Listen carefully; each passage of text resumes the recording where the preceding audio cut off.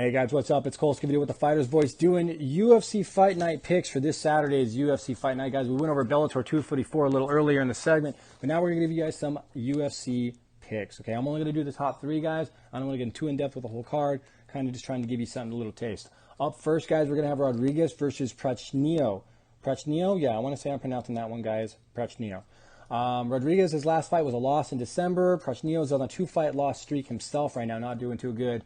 Rodriguez has got an 80% TKO win rate and a 50% decision loss rate, which pretty much means if he doesn't knock you out, he's probably going to win a decision, or he's going to lose a decision if he doesn't knock you out. You might have a chance to beat him. Same kind of opposite. You got 77 TKO win rate on Prachnio and a 75% TKO loss rate. What that means is he likes to bang. Prachnio will come swinging out the fences, and if you don't beat him, he's going to test your chin. So have one or sayonara. Both fighters are prone to stand up. We've obviously seen that with their ratings.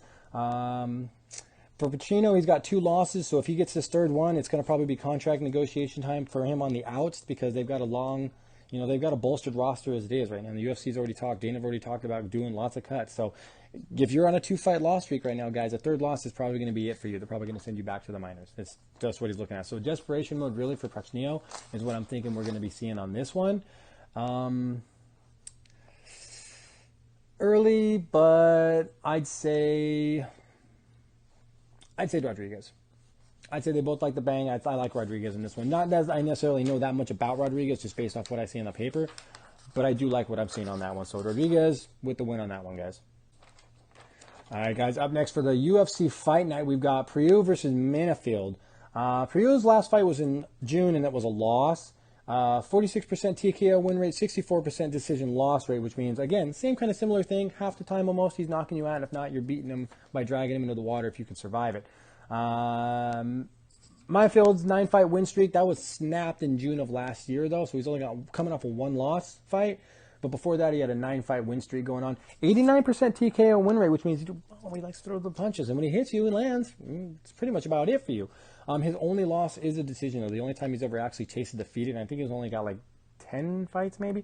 The only time he's really tasted defeat, it was a decision loss. So he's yet to be finished. So he's got that going for him. Expect experience to play a huge part, though, with Peru having a 4-time experience in the ring for Mayfield. I would unfortunately expect with the big difference in experience and the fact that Peru likes to bang all the time as much as Menfield does, I would see first round TKO or knockout from Peru on this one, just because of his experience.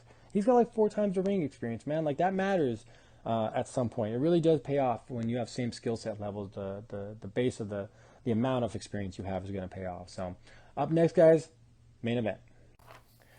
All right, guys, and finally, we've got the UFC Fight Night main event going at you from Apex in Las Vegas. Remember, I said Apex and the Dubai Island, Yas Island. They're going to jump back and forth from there. You can see a lot of events at one place, a lot of events at another one. It's just going to be what they do for a while. But you've got Moonhouse versus Edgar. 3-fight win streak was snapped in June of last year by Moonhouse, and that was by Sterling, I think. I think that was a decision loss, I think, is what snapped that. So he didn't really lose.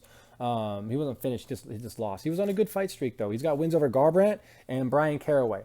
If that doesn't mean something to you enough, then you're not watching enough of the bantamweight division. So just heads up on that. This is a main event fight, guys, for a fight night. I know it's a fight night card, but it's still a bantamweight main event. That means it's a little guy main event show. So you should know Garbrandt.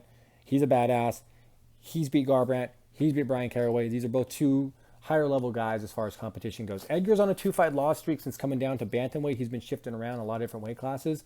His last fight was December of last year, so it's a little bit of ring rust. Moonhouse, by the way, 100% decision loss rate. That means every time he loses, it's by decision only. He's yet to be finished. So bear that in mind when you give him the competition level he's fighting. Edgar, everybody knows Edgar. 52% of his wins come by decision. 75% of them come by decision loss. So he's a guy that he's really, really, really hard to finish. But it's hard for him to finish you too. He's not quite a finisher. He's a grinder. He's like a Clay Guidi. He's just a better version of Clay Guidi. He's just a grinder is what he is. If you can't finish him, he'll just grind you out. Again, Garbrandt was on top of the list of victims that have fallen to Moonhouse, so bear that in mind as far as tested opponents. Edgar's not going to be his first test. He's had very, very seasoned tested opponents. In fact, I think Garbrandt might be more dangerous than Edgar as far as guys that Moonhouse has fought and beat. So bear that in mind. That said, I'd say Edgar with the decision. I think he's going to try to grind out Moonhouse early on, survive the striking storm, use his wrestling to an advantage, shoot, press him against the cage, and pull out that decision win. I don't think, because it's only 3 rounds, I don't think this is going to be a 5-round drag him out of the deep water type fight.